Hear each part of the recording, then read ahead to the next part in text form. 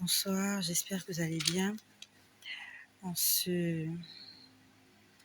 mardi 20 février, que la gloire et que l'honneur reviennent à notre Seigneur et notre Dieu, le Créateur de toutes choses, l'Alpha et l'Oméga, le premier et le dernier, Jésus-Christ de Nazareth.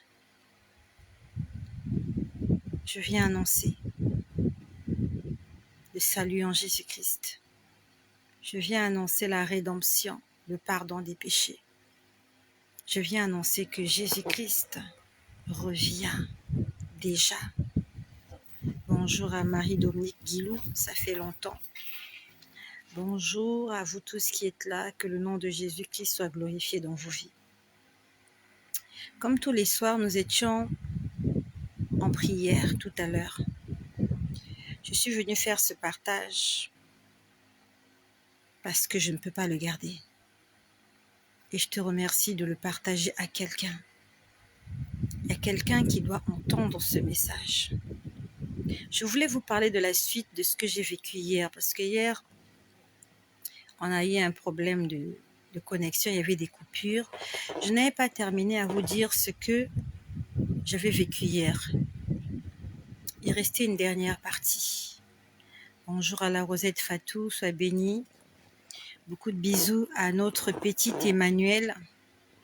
C'est bizarre, je pensais à toi tout à l'heure cet après-midi. Je pensais à toi. Que le Seigneur te bénisse. Et qu'il bénisse toute la famille. Bonjour à Marissa Gomez. On était en train de prier tout à l'heure en famille. Et j'ai vu une seule chose. Pendant qu'on était en train de prier, je ne sais plus si c'est pendant qu'on adorait le Seigneur ou quand on avait commencé les sujets de prière. Bonjour à ma sœur Solange Edimo. Mais je viens t'exhorter, adore ton Dieu. Adore le Seigneur. Si tu connais pas des chansons d'adoration, va sur YouTube, mets des cantiques, mets de l'adoration, adore ton Dieu. On était en train de prier en famille ce soir.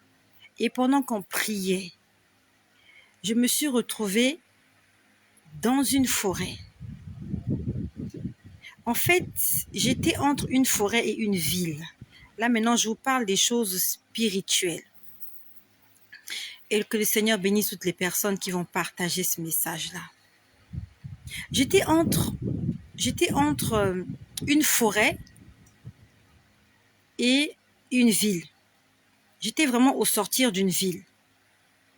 Je le vois en esprit. Et je vois un ours.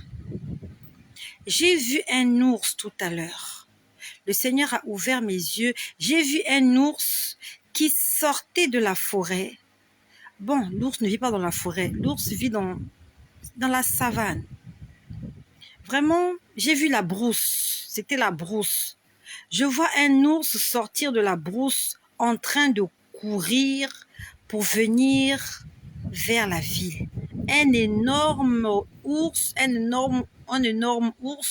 il était brun, un ours brun. J'ai vu les ours à la télé. Et cet ours-là, c'est un ours brun. Il était énorme, il était grand et il venait à vive allure, il courait, il était en train de venir vers la ville. Nous savons tous que l'ours est un animal féroce. L'ours est un animal dangereux. Même quand l'homme l'a apprivoisé, il reste sauvage et dangereux. Là, maintenant, nous parlons des choses spirituelles. Dans la Bible, on nous parle de l'ours à plusieurs reprises. Lorsque David était prêt à combattre Goliath et que Saül l'avait invité, il a dit à Saül, lorsque j'étais dans la forêt, Dieu m'a délivré de la gueule du lion et des griffes de l'ours. L'ours, c'est notre ennemi. Et avant que David ne puisse tuer Goliath,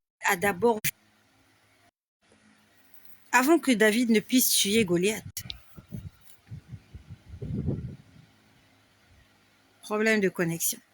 Avant que David ne puisse tuer Goliath, il a d'abord combattu le lion. Il a combattu l'ours. L'ours, c'est l'ennemi. L'ours essaye de tuer les brebis. Et David était un berger. Et il a tué l'ours. Il a tué le lion. C'était pour protéger les brebis qui étaient sous sa responsabilité. Et l'Éternel est notre berger. Il est le bon berger. Et nous sommes les brebis de son pâturage. Ça veut dire que lorsqu'on voit l'ours, c'est quelqu'un qui veut venir détruire les brebis. L'ours, c'est notre ennemi. L'ours ne doit pas vivre. L'ours doit être détruit, il doit être tué. Quand on voit l'ours, ça veut dire qu'il y a la mort qui est en train de venir. Première des choses. Deuxième des choses. On nous parle aussi de l'ours avec l'histoire d'Élisée. On nous dit un jour, Élisée, il se promenait. Et il y a un groupe d'enfants qui a commencé à se moquer de lui parce qu'il était chauve. Et on dit que Élisée les a maudits. Et il y a un ours qui est sorti de la forêt. L'ours est sorti de la brousse et est venu déchirer 42 enfants qui étaient en train de se moquer d'Élisée. Quand nous lisons cette histoire, l'ours, c'est le méchant. Mais là maintenant, il s'agit d'un jugement. Il y a des enfants qui ont commis une erreur, qui ont commis un péché. Il y a des enfants qui se sont moqués et la malédiction est tombée sur eux. L'ours est sorti et les a déchirés. Le jugement de quelqu'un qui a péché, de ceux qui ont péché. Dans la première histoire, on tue l'ours parce qu'on veut protéger les brebis. Dans la deuxième histoire, c'est l'ours qui sort, qui détruit, parce qu'il y a un jugement qui doit tomber sur certaines personnes qui font ce qu'il ne faut pas faire. Troisièmement, dans le livre de Daniel, on nous parle de l'ours. Quand tu vas lire la Daniel chapitre 7, Daniel avait fait un songe où il avait vu 4 bêtes différentes et il n'a pas compris ce songe-là. Nous allons lire ce que Daniel avait vu. Ouvre ta Bible dans Daniel au chapitre 7. J'aimerais que tu l'écrives. La Bible, c'est notre référence. Lorsque nous voyons des choses qu'on ne les comprend pas, la Bible nous explique tout. Moi, j'ai vu l'ours. Je sais qu'il y a un danger. Parce que même chez moi, même si je vois le serpent, je fuis à comme une plus forte raison un ours. Il est gigantesque. Il est énorme, l'ours. C'est plus facile de tuer un serpent que de tuer un ours. L'ours a non seulement ses dents, mais il a ses griffes, il a son poids, il a sa force. Daniel chapitre 7. Daniel, c'est dans l'Ancien Testament. J'aimerais que tu l'écrives pour que tu ne l'oublies pas. La parole de Dieu, c'est notre référence. Et quand il y a des choses qu'on ne comprend pas, Dieu nous envoie dans sa parole. Daniel chapitre 7 au verset 5. Est-ce qu'il y a quelqu'un qui peut l'écrire, s'il vous plaît? Songe de Daniel, les 4 animaux. Daniel chapitre 7, verset 5, il est écrit « Et voici », ça c'est Daniel dans son songe qui explique, « Et voici un second animal qui était semblable à un ours et se tenait sur un côté. Il avait 3 côtes dans la gueule, entre les dents. » Il avait 3 côtes dans la gueule entre les dents. Ça veut dire que, comme il avait les côtes, ça dit qu'il a dévoré quelque chose. Il a mangé quelque chose et c'était les restes de ce qu'il avait mangé. Ça se trouvait entre ses dents. Et on lui disait, donc, cet ours-là, il peut comprendre, on peut lui donner des instructions. L'ours que Daniel a vu a un maître. Et ce maître-là lui donne des instructions et il obéit. Et on lui disait, lève-toi. On était en train de parler à l'ours, dans le songe de Daniel. Lève-toi, mange beaucoup de chair. Vous croyez que c'est la chair de qui? On a dit à l'ours, lève-toi et mange beaucoup de chair. Et avant qu'on lui demande de manger de la chair, il avait déjà des côtes entre ses dents. Donc il avait déjà mangé. Et on lui dit, lève-toi et mange encore. Victime collatérale. Des gens vont mourir. Dans le monde spirituel, l'ours a déjà été délivré. Il est déjà envoyé. J'ai vu l'ours sortir de la brousse et se diriger vers la ville pour s'aimer des dégâts. C'est le moment de lever les yeux vers les montagnes et de chercher la délivrance de l'Éternel. C'est le moment de se regarder en face et de se repentir. C'est le moment de chercher le Seigneur pendant qu'il est encore temps. Même dans Apocalypse de Jean, je crois au chapitre 17, Jean aussi a vu un animal semblable à un ours avec des pattes d'ours. Le Seigneur est en train de nous parler. Ce n'est pas ce que je voulais dire ce soir. Ce soir, je voulais vous raconter ce que j'ai vécu hier dans l'après-midi, la faim. Mais je ne pouvais pas garder ça pour moi-même. Le Seigneur est en train de nous avertir. Le Seigneur est en train de nous interpeller afin que nous ne soyons pas surpris. S'il y a des gens qui ne doivent pas être surpris de ce qui se passe sur cette terre, c'est toi et moi. Les choses ne vont pas s'améliorer. Les choses vont s'empirer. Avant, il y avait le Covid. Le Covid est fini. C'était la guerre en Ukraine. La guerre en Ukraine n'est même pas finie. Là, maintenant, c'est Israël et Palestine. Et du côté des Américains, là-bas, ça chauffe. Chez les Américains, chez les Syriens, chez les Iraniens, chez les Irakiens, c'est en train de chauffer. Le Seigneur m'a montré le drapeau d'un pays tout à l'heure pendant qu'on priait. Merci Seigneur, j'avais complètement oublié. Sauf que je connais pas le drapeau de ce pays-là. Je ne sais pas pourquoi il m'a montré le drapeau de ce pays. Honnêtement, je ne sais pas. Je ne connais pas tous les pays du monde. Et je ne sais pas, je vais vous donner quelques détails. Je ne sais pas si vous pouvez m'aider. Je ne sais pas si vous pouvez m'aider. Je ne sais pas si c'est un pays africain. Est-ce que c'est un pays africain ou européen? Je ne sais pas. Ce drapeau-là, il y a du noir. Je crois qu'il y a du vert. C'est un drapeau, je ne sais pas comment, il y a un triangle. Il y a un triangle renversé sur le côté gauche. Il y a un triangle.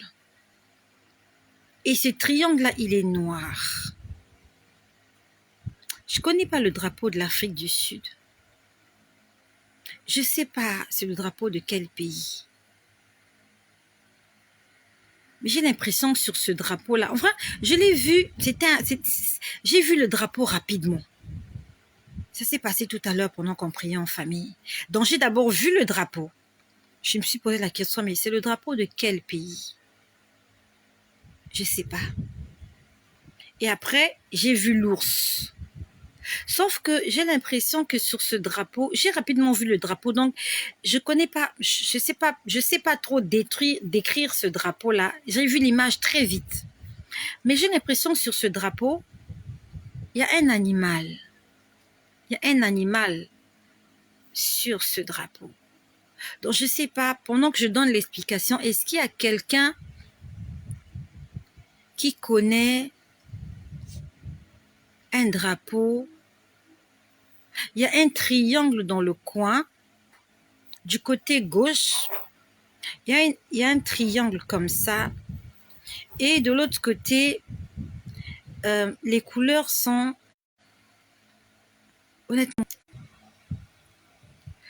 Honnêtement, j'ai pas eu le temps de bien regarder ce drapeau et les détails.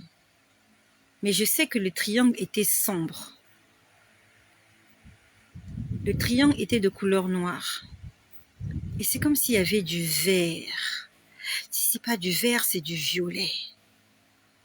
Ce qui est sûr, c'est que si je vois ce drapeau, je vais le reconnaître. Mais je l'ai vu très vite.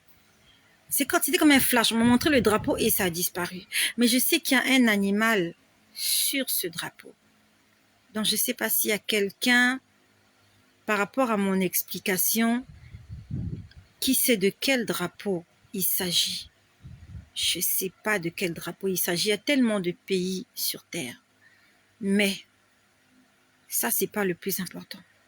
Le plus important, c'est le Seigneur est en train de nous avertir. Il va y avoir beaucoup de vies humaines perdues parce qu'il y a l'ours qui a été libéré. L'ours de Daniel, l'ours de l'Apocalypse, il a déjà été libéré. Il va venir dans la ville. Il va s'aimer la désolation. Nous allons incliner nos têtes. Nous allons incliner nos cœurs. Et nous allons rendre grâce au Seigneur parce que ces choses sont à notre portée. Les choses révélées sont au peuple de Dieu. Si Dieu nous en parle, c'est parce qu'il nous aime. Il ne veut pas que nous soyons surpris. Il n'y a pas que des païens qui vont mourir. Même des chrétiens vont mourir. Hier encore, j'étais en train de suivre le journal sur France 24. Comment le président de l'Ukraine est en train de demander de l'aide auprès de ses alliés. Ce n'est pas de l'aide alimentaire qu'il demande. Ce sont des armes. Quand il va vers ses alliés, c'est pour demander le ravitaillement en armes pour tuer des gens. Ils vont fabriquer des armes. Ils disent que c'est pour se défendre, c'est pas pour se défendre. Ces armes-là, c'est pour tuer des hommes, des femmes, des enfants. Et il y a la France qui a tendu sa main. Il y a les États-Unis qui ont tendu la main. Parce qu'ils sont en manque d'armes. Ils vont dépenser des millions de dollars, des milliards de dollars pour fabriquer des armes. Et ces armes-là qui sont fabriquées vont tuer des gens qui aujourd'hui sont vivants. Donc il y a des gens qui sont alliés, ils se sont entendus, ils vont fabriquer des armes.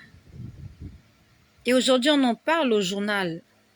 Quand on en parle, on n'entre pas en profondeur, on parle juste des armes, sauf qu'on oublie que chaque arme est destinée pour tuer des gens. Donc aujourd'hui, 20 février, il y a une arme qui va être fabriquée et il y a quelqu'un qui va mourir de cette arme-là dans peu de temps. Cette personne-là est encore en train de se promener. Cet enfant-là est encore en train de jouer dans la maison de son père et de sa mère.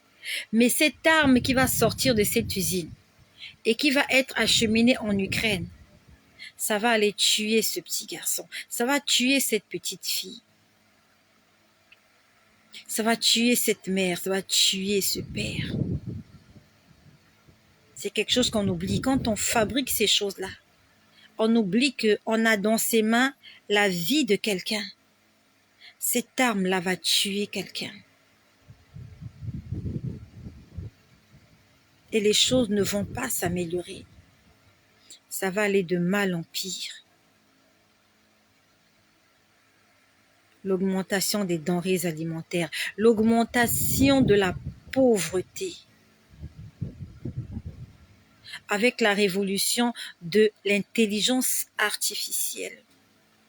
Taux de chômage.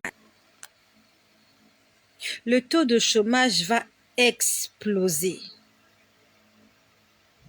Tu as entendu? En Chine, il y a des taxis sans conducteur. Même aux États-Unis, ils ont commencé. taxi sans conducteur. Ça veut dire que toi qui as ton permis, toi qui es chauffeur, toi qui es taximan, toi qui es taxiwoman, dans peu de temps, on n'aura plus besoin de toi. Tu vas être au chômage parce que tu n'auras plus rien à faire. Les robots vont prendre ta place. Comment tu feras pour payer ton loyer? Comment tu feras pour nourrir tes enfants si tu n'as pas de travail? Ça, c'est pour pousser les gens à la prostitution. C'est pour pousser les femmes à la prostitution. Ça sera tellement difficile. Il n'y aura pas de travail que les gens vont commencer à vendre leur corps pour avoir de quoi manger. L'ennemi est rusé.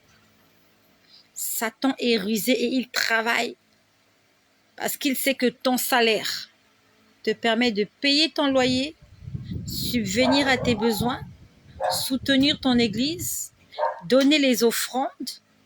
Mais si tu n'as plus de salaire, les églises seront remplies de chômeurs, des pauvres gens, des pauvres femmes, de pauvres enfants qui n'ont pas de boulot.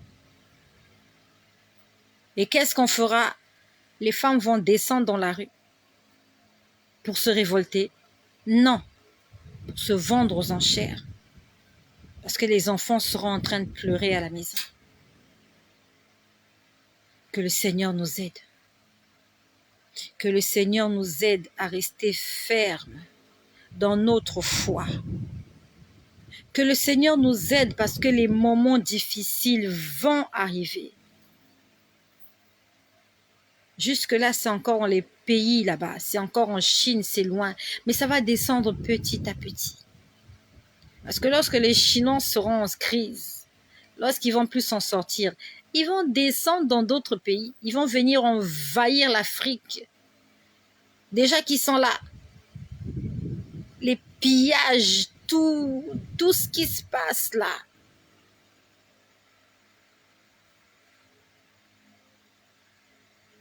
Que le Seigneur se glorifie dans nos vies. Nous allons incliner nos têtes, nous allons incliner nos cœurs. Parce que ça sent la fin. Ça sent la fin des choses. Les puzzles sont en train de se mettre en place. Les pièces du puzzle sont en train de se mettre en place. Pour que l'homme du péché arrive. Ça sera tellement compliqué. Les gens ne sauront plus quoi faire, si bien que cet homme-là va venir et il va apporter des solutions à l'humanité. Et les gens vont applaudir. Parce que justement, le monde a besoin de solutions. Il n'arrive pas déjà à réparer la première guerre. Là, il y a une deuxième guerre. Ils essayent de s'asseoir, d'en parler. Ils ne trouvent pas de solution. Ils ne trouveront pas de solution. Il n'y aura pas de solution. J'aimerais que là où tu es, que tu pries pour le salut des âmes. Parce que des gens vont mourir. Ça, c'est sûr. Qu'on le veuille ou non, des gens vont mourir. Des âmes seront perdues.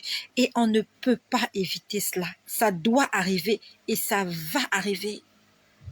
Prions pour la paix, oui, tout en sachant qu'il n'y aura pas la paix. Seigneur Jésus, je te recommande toutes les personnes qui ont foi en toi. Toutes les personnes qui croient en Jésus-Christ et même ceux qui ne croient pas en Jésus. Seigneur, je te remets toute l'humanité entre tes mains. Seigneur, tu aimes le monde, c'est toi qui l'as créé, tu l'as façonné de tes mains. Seigneur, tu l'as créé avec ta parole et ta parole, c'est Jésus-Christ. C'est Jésus qui a créé ce monde et il aime ce monde. Et c'est la raison pour laquelle le diable veut détruire ce que Dieu aime de tout son cœur. Je te recommande